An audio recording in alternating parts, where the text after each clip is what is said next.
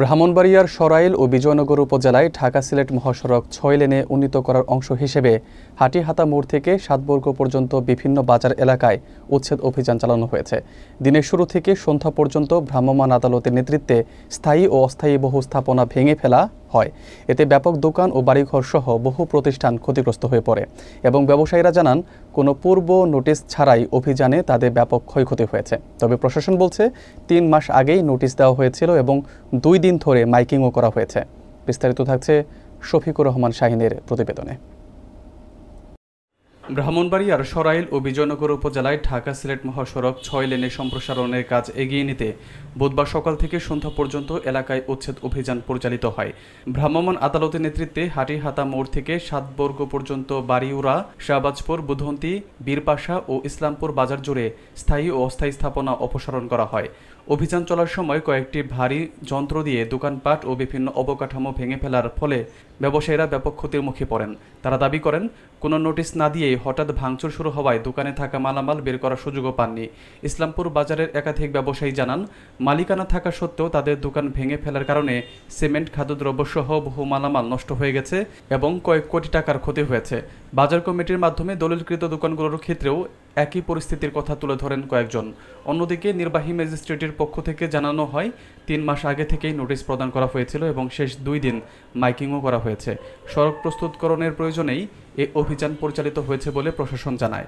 ক্ষতিগ্রস্তরা সংশ্লিষ্ট দপ্তরে যোগাযোগ করলে ক্ষতিপূরণের বিষয়টি বিবেচনা করা হবে বলে কর্তৃপক্ষ নিশ্চিত করে। মাইকিং করা হয়েছে, আবার যাদের স্থাপনা পড়েছে তাদেরকে বলা হয়েছে যে তাদেরকে ক্ষতিপূরণ দেওয়া হবে। সেই জন্য আবার একটা সংস্থা কাজ করতেছে। তো অনেকে আবার ক্ষতিপূরণও প্রক্রিয়াধীন আছে বা কেউ পেয়েছে এবং পাবে সামনে। সুতরাং এটা বলার কোনো সুযোগ নাই যে আমরা জানি না।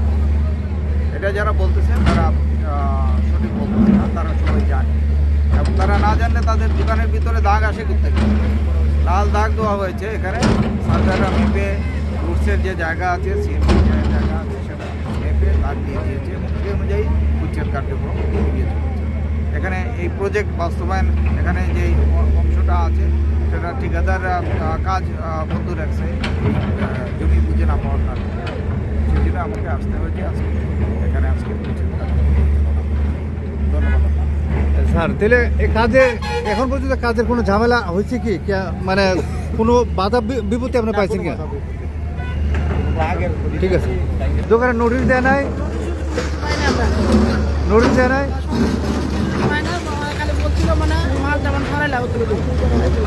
মাইকিং করছিল কালকে? মাইকিং করছে? মাইকিং আমরা কোনো নোটিশ কিছু দেয় নাই। আমরা নোটিশ কিছু পাই না। দাগের বাহিরে গিয়ে আমরা পুরো বিল্ডিং ভেঙে ফেলেছি। 1 টাকার মাল বাই করতে দেয় নাই, 1 টাকার কিছু বাই করতে পারি না। আমরা কোনো নোটিশ দেয় নাই, আমরা কিছু বলে নাই, আমরা একদিন টাইমও দেয় নাই। আমরা সরকারি জায়গা রেস্টুরি হইলো কেমনে? আমরা শুধু সরকারি জায়গা পাই, আমরা রেস্টুরি পাইছি কেমনে? কিভাবে স্বাক্ষর করলো?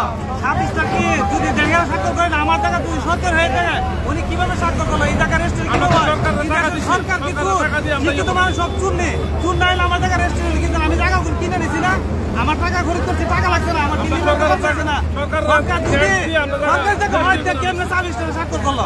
আমার এত ক্ষতিপূরণ কে দিব? আমাদের বাজারে যারা ব্যবসায়ীরা ক্ষতিগ্রস্ত হচ্ছে তাদের যে কি পরিমাণ ক্ষতি হচ্ছে, কয়েক লক্ষ টাকার সম্পদ যারা বিল্ডিং করছে, 10 লাখ 20 লাখ টাকার সম্পদ ক্ষয়ক্ষতি হয়েছে। আমি চাই উদ্বোধন পিডিএলের এবং উদ্বোধন আইও রোডের যারা কাজ পরিচালনা করছেন তারা যেন তাদের ক্ষতিপূরণের ব্যবস্থা করেন। প্রত্যেকের যাদের কাগজ আছে, বৈধ কাগজ আছে, অন্তত তারা বাজার কমিটি কিনছে, সরকারি জায়গায় স্থাপনা হইলে অন্যরা পাইছে, অন্তত তারা এখানে পাইছে না, যারা 20 বছর 30 বছরের ব্যবসা করে তারা যেন ক্ষতিপূরণ পায়। আমি দৃষ্টি আকর্ষণ করছি উদ্বোধন ব্যাপারটা দ্রুত একটা ব্যবস্থা যারা নেয় তারা যেন নিরাশ না হয়, কারণ তারা তো অনেকগুলি ব্যবসা করে, তাদের ফ্যামিলি চলে দেওয়া।